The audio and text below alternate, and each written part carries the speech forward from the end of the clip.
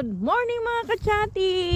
Hello po, ang aga-aga namin dito sa Riverton kasi kukuha kami ng cockles. Ayan po, good morning, good weather at tignan nyo po low tide. Ayan si Patchot ang luwang-luwang na naman ng playground ni Patchot. Chot, come here, come here! Chot! Ayan, wala na. Parang wala na siyang naririnig. Wala na siyang kilala. Walang kilala. Tsaka yun yung mga seagulls natin. Ayan.